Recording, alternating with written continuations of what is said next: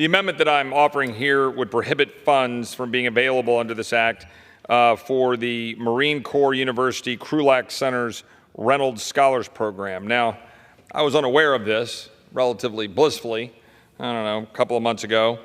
But then the Marine Corps University's Reynolds Scholar program at the Krulak Center is a year-long program for students who wish to explore, quote, gender and security issues.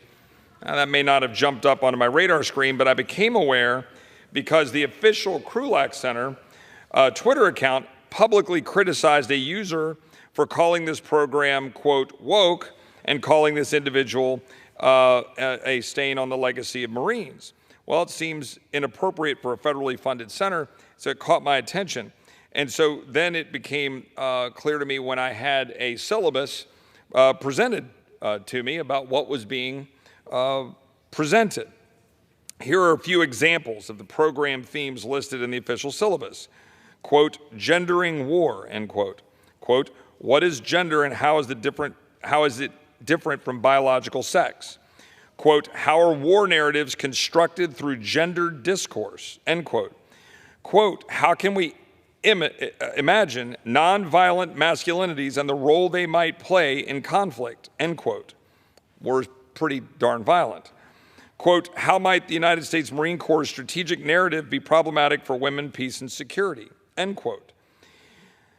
This is just something that, again, my constituents, and I think a large block of the American electorate, dare I say a very sizable majority, would say, what are you doing? I mean, again, let's assume we were swimming in money. Let's just assume that we had money coming out of our ears, that we had a $33 trillion surplus that we had banked up and we were just saving for a rainy day to spend $33 trillion. I don't know how you do that, by the way. Let's just assume that was the case. Let's assume we had a $2 trillion surplus this year instead of a $2 trillion deficit. Let's assume further that our recruiting numbers were excellent. Let's assume further that we had really strong morale. Let's assume further that our health care costs at the military were manageable, or that our health care costs anywhere in this country at all were manageable in the post-Obamacare world in which prices have skyrocketed, insurance companies have made gazillions of dollars. Again, that's another speech for another day.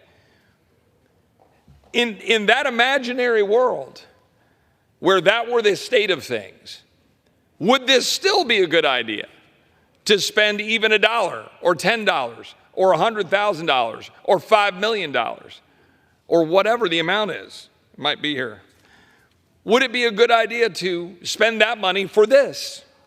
For how are war narratives constructed through gendered discourse? How can we imagine nonviolent masculinities and the role they might play in conflict? Again, the American people just want us to focus on making this government do its core constitutional duty, do it within its fiscal responsibilities, do it in terms of providing a mission to defend this country, secure our borders, provide for the general welfare in the sense that you're allowing the American people to do what they do best if the government gets out of the way. Stop bleeding money, stop racking up debt, defend the United States, stop social engineering, and just do your damn job as Congress.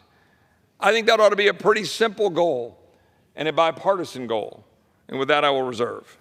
The gentleman yields. The gentleman reserves. For what purpose does the gentlelady seek recognition? Mr. Chair, I strongly oppose this amendment. Gentlelady is recognized. This feels to me, Mr. Chair, like another attempt by the majority to go after minority groups in the military. Here's the history. The Reynolds Scholarship Program was designed to study women in the military and was named after Lori Reynolds, a decorated female Marine Corps general. The program was established to comply with the Peace and Security Act 2016, the FY 2021 National Defense Reauthorization Act, the Department of Defense Peace, Women's Security Strategic Framework. So this is something that Congress has weighed in on. Let me read a description to the program. I mean, the gentleman from Texas has read some excerpts, and I didn't see them in full context. I'll take them at face value that he's upset with them. But I will read some descriptions for you, and I can cite the sources and put it in the full remarks later for the committee to have. Women account for the majority of individuals adversely affected by today's armed conflicts. It affirms the critical role women play in the prevention and resolution of conflicts and peacekeeping. And it advocates for the recognition and diverse perspectives of increased military effectiveness and supports the empowerment of half the world's population as equal partners in preventing and managing conflicts. Now, I have not been to the scholarship program, but I have traveled with military, I've traveled with state, and I've been with women who have been adversely affected by armed conflicts, raped, tortured, bullied, harassed, and it's often our military and our military women that sometimes in these conflicts are having conversations with them and trying to get the facts if there's been war crimes committed. It takes a very special person to do that. It affirms the critical role, as I said, in the prevention and resolution of conflicts and peacekeeping. President Bush, in the Bush administration, when I was first serving in Congress, actually had me go to Yemen and speak with our military at a graduation of Yemen soldiers that we had been working with and training with. And part of the message that the State Department and the Bush administration and our Department of Defense wanted to communicate was the importance of young girls going to school. In Chad, I witnessed after leaving in the refugee camp and having been after the Janjaweed had attacked an area, not only what had happened to the women there, but our military female leaders interacting and with the troops there in Chad that we were working with, peacekeeping troops, reinforcing that women needed to be treated with dignity and respect. And I'll end with this, at this particular part of talking about this. Often when we go to build peace, whether it's sustaining the peace in Northern Ireland, whether it's looking for peace and conflict in Africa, whether it's working with terrible situations in Latin America, it is the women, when we bring to the table, that can get the attention of the community elders, because they talk about their children and the need for peace.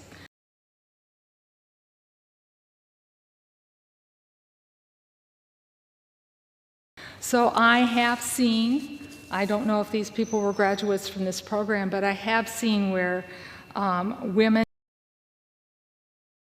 make a difference, and the male members of our military that are part of these programs, they're indispensable and they're very important. So as a woman who stands up for our women in the military and our allies in the military, I have to tell you, I see nothing woke. I see nothing woke about trying to understand the intersection of women in conflict. I only see it as a benefit. So in my opinion, this amendment is anti-female in what it's purporting to take away from the scholarship program moving forward. I oppose this amendment, and I reserve the balance of my time. The gentlelady reserves. The gentleman is recognized. Reserve. The gentleman reserves. The gentlewoman is recognized. I have nothing more to say except that I don't think it's intentional sometimes, some of the things that are happening on the floor today.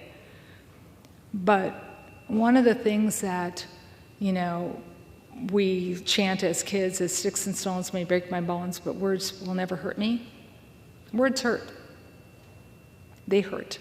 With that, I yield back. The gentlelady yields. The gentleman from Texas is recognized. I would agree with the gentlelady that words hurt. And the question is how those words are deployed and what they do for the mission of our United States military. when I see taxpayer dollars going to fund a syllabus which was not something in public view, which then became in public view after an online kind of disagreement, with things like what is gender and how is it different from biological sex, and all of the things that we're focusing on, and we've talked about it in other contexts with funding transgender surgeries and funding other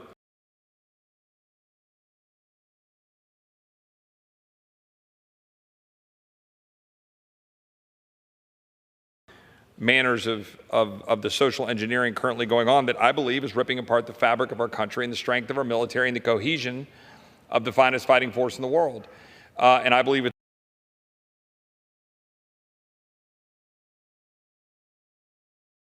important for us to try to maintain that. I'm enormously proud of the women that I've nominated for academies, met with women and men just 2 weeks ago with my staff in a retreat where we went to the United States Naval Academy. Enormously proud of their service, proud of everybody who's worn the uniform and been honorably discharged for their service. But we need to stand up for a military that's focused on